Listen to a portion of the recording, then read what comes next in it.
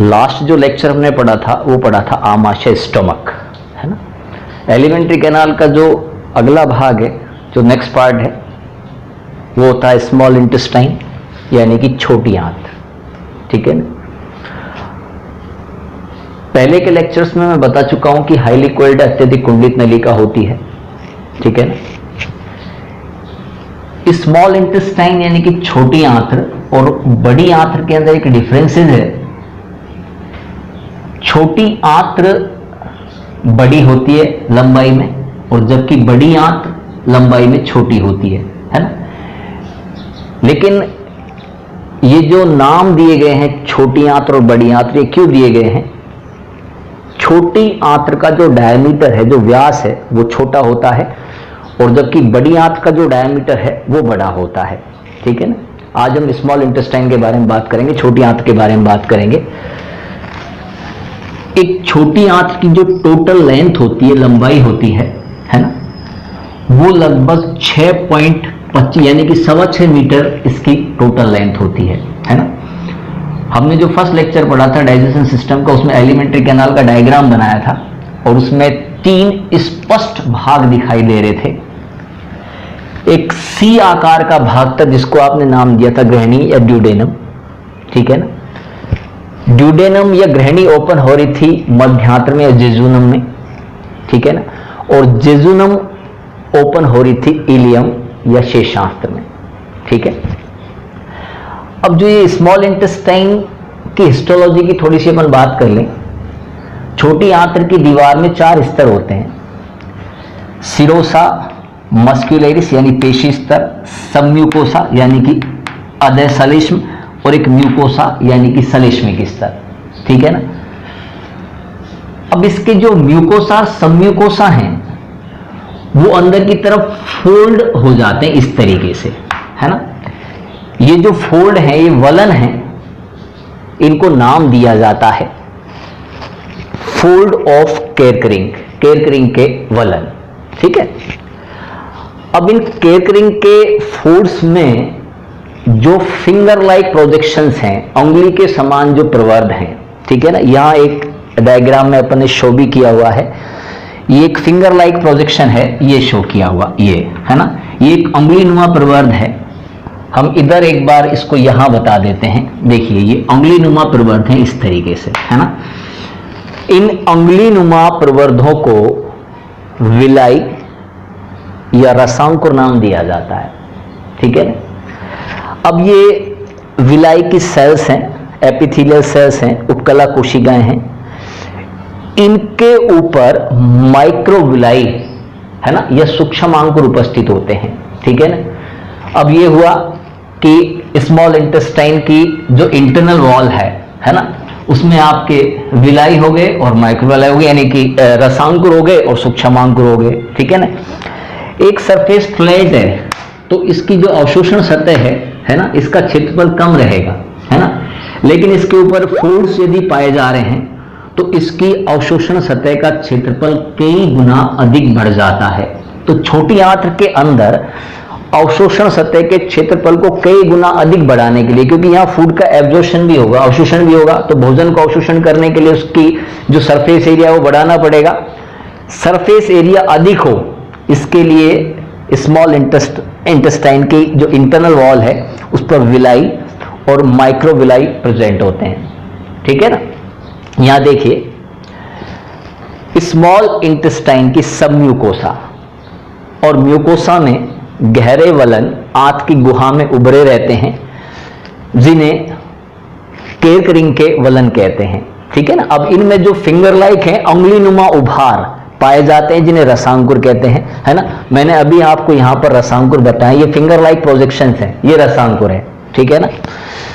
Villi की उपकला कोशिकाएं जो एपिथेलियल सेल्स हैं, ये सेल्स बना रखी हैं, इनकी ये स्वतंत्र सतह है, इस पर पाए जा रहे हैं सूक्ष्मांकुर यानी कि माइक्रोविलाई पाए जा रहे हैं, ठीक है ना। अब दोनों की इंपॉर्टेंस देख लीजिए आप, विलाई और माइक्रोविलाई स्मॉल इंटेस्टाइन की अवशोषण सतह का क्षेत्रफल कई गुना बढ़ा देते हैं, क्योंकि यह फूड का एब्जॉर्प्शन होगा, अवशोषण होगा, है ना, तो उसका सरफेस एरिया ज्यादा होना बहुत जरूरी है, ठीक है ना।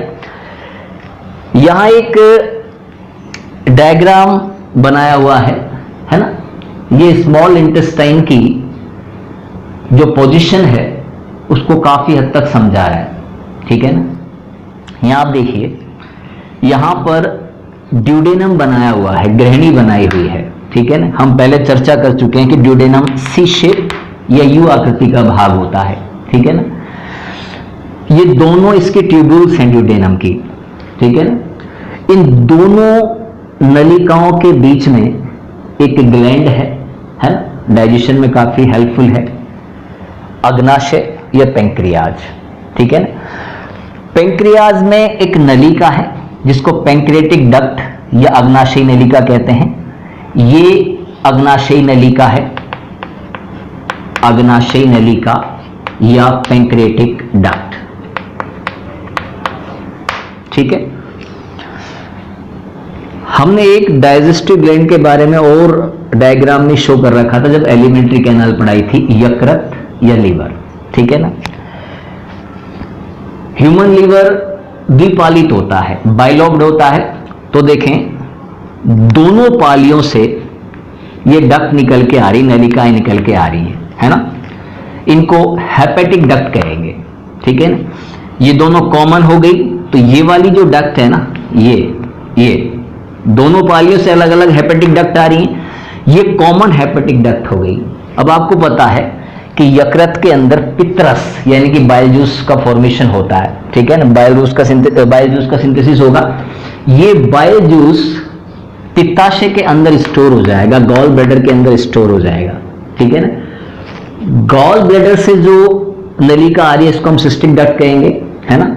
अब यहां से जो hepatic duct, common hepatic duct और सिस्टिक डक्ट, ये जिस नलिका में खुल रही हैं उसको हम बोलेंगे पित्तवाहिनी या बाइल डक्ट। इसका मतलब है इससे पित्रस निकल के आ रहा है ना, जो डाइजेशन के अंदर काफी हेल्पफुल होता है, ठीक है ना।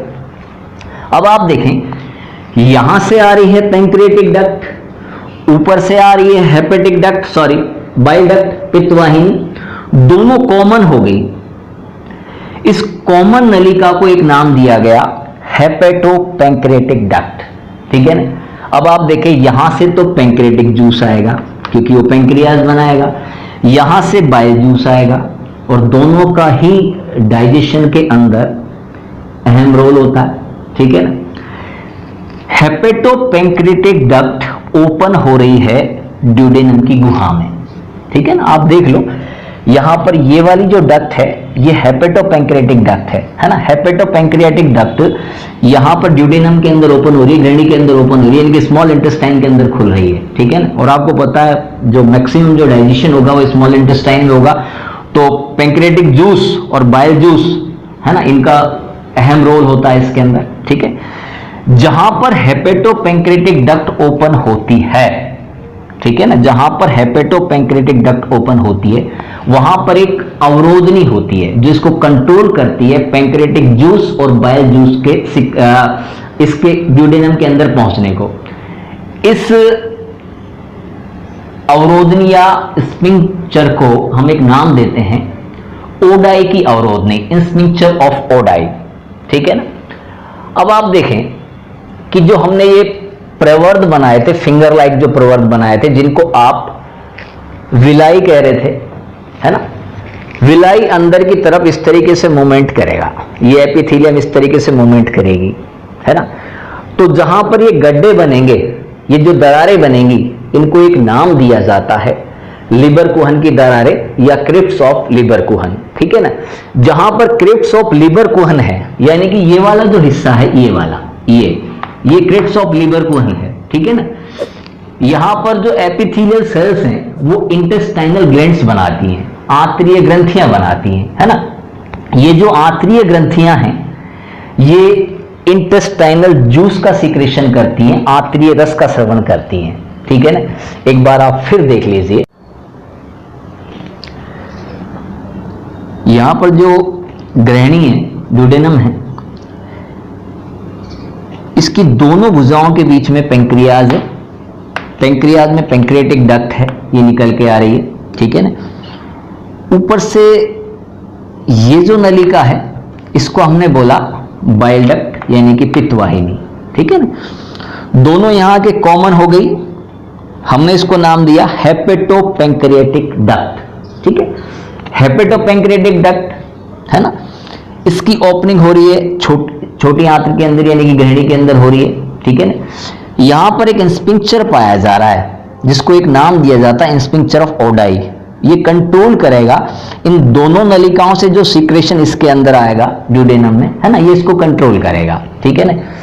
अब जो ड्यूडेनम है ग्रैनी है, ये जेजुनम में खुलेगी और जो जेजुनम है वो इलियम में खुलेगी। अब जो इलियम है ना, इलियम लार्ज इंटेस्टाइन के अंदर ओपन होता है। इलियम की जो सबम्यूकोसा है उसमें कुछ लिम्फेटिक ग्लैंड्स पाई जाती है, लसिका ग्रंथियां पाई जाती हैं, है ना। लसिका ग्रंथियों को एक नाम दिया जाता है पेयर पैचेस, है ना। इनके अंदर लिम्फोसाइट्स का फॉर्मेशन होता है, यानी कि हमारे इम्यून सिस्टम से रिलेटेड हो गया, ठीक है ना। इलियम के सबम्यूकोसा में अनेक लसिका गांठें यानी कि लिम्फेटिक नोड्स, है ना, ये उपस्थित होती हैं जिन्हें पेयर पैचेस कहते हैं। इनमें लिम्फोसाइट्स का फॉर्मेशन होता है, ठीक है ना। लिम्फोसाइट सीधे सीधे हमारे इम्यून सिस्टम से रिलेटेड हैं, ठीक है ना। अब जहां पर इलियम लार्ज इंटेस्टाइन के अंदर ओपन हो रहा है, हमको पता है लार्ज इंटेस्टाइन के अंदर आपने 3 भाग पढ़े थे, सीकम, कॉलन, रेक्टम, है ना। ये वाला जो हिस्सा है ये लार्ज इंटेस्टाइन का पोर्शन है, इसको नाम देते हैं सीकम। सीकम के एक सिरे पर आपको पता है अपेंडिक्स है ना। आप फर्स्ट लेक्चर देख लेना, उसके अंदर ये एलिमेंट्री कैनाल का डायग्राम बना हुआ है ना, और वहां ये अपेंडिक्स वगैरह की जो पोजीशन है वो बहुत अच्छे से समझ में आ जाएगी, ठीक है ना। अब जहां पर ये इलियम इसमें ओपन हो रहा है तो इलियम का जो एंड है ये फूला हुआ है। इस फूले हुए भाग को सेक्युलस रोटेंडस कहा जाता है। यहां पर एक वॉल पाया जाता है, ठीक है ना, जिसको इलियोसिकल वॉल कहते हैं, इलियोसिकल वॉल, ठीक है ना। यहां पर जो विलाई है ना, इनके अंदर एक लसिका वाहिनी पाई जा रही है। इस लसिका वाहिनी को बोलते हैं लैक्टियल वाहिनी, है ना। लैक्टियल वाहिनी देखें चारों ओर से ब्लड कैपिलरीज के द्वारा घिरी हुई है ना। ये सारा जो मैकेनिज्म है ये फूड के एब्जॉर्प्शन या अवशोषण से संबंधित है, ठीक है ना। इससे भोजन के अवशोषण में, पचित भोजन के अवशोषण में सहायता मिलती है, ठीक है ना। बच्चों मैं आपको बताना चाहूंगा कि अपन डाइजेशन सिस्टम पढ़ रहे हैं, है ना, और अभी एलिमेंट्री कैनाल के जो डिफरेंट पार्ट हैं इनकी स्ट्रक्चर के बारे में अपन पढ़ रहे हैं, ठीक है ना। आप प्रत्येक लेक्चर की जो वीडियो उसको देखते रहिए, ये एक दूसरे से लिंक हैं, ठीक है ना। कुछ बच्चों के कमेंट्स आ रहे हैं कि सर बोर्ड पे हमको क्लियर दिखाई नहीं देता, वर्ड्स थोड़े छोटे हैं, तो मैं आपको उसका एक तरीका बता देता हूं, क्योंकि पूरे बोर्ड की इमेज को लेने के लिए, क्लियर लेने के लिए, है ना, ये थोड़ी सी परेशानी आपको आएगी। उसका एक तरीका ये है कि आप स्क्रीनशॉट लेके फिर जूम करके स्टडी कर सकते हैं, ठीक है ना। हालांकि मैंने कोशिश की है इस वीडियो में कि आपको क्लियर वर्ड्स दिखाई दें, ठीक है ना। एक दूसरा कुछ बच्चों के कमेंट्स आ रहे थे कि सर कंटिन्यू वीडियो आप डालिए, है ना।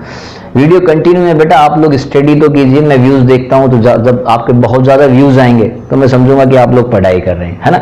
अभी जब तक परिस्थितियां विपरीत हैं आपको इसी तरीके से स्टडी करनी है, लेकिन घबराना नहीं है किसी भी तरीके से, है ना। ये सिर्फ बिल्कुल सेम वैसा ही चल रहा है, बस इतना सा है कि आप इसको वीडियो में देख के पढ़ रहे हैं, है ना। वहां आप क्लासरूम में जल्दी वो टाइम भी आ जाएगा जब अपन सब लोग आमने सामने होंगे, ठीक है ना। आज हमने पढ़ा स्मॉल इंटेस्टाइन, ठीक है ना। नेक्स्ट लेक्चर में अपन लार्ज इंटेस्टाइन के बारे में बात करेंगे। थैंक यू बेटा, थैंक यू वेरी मच।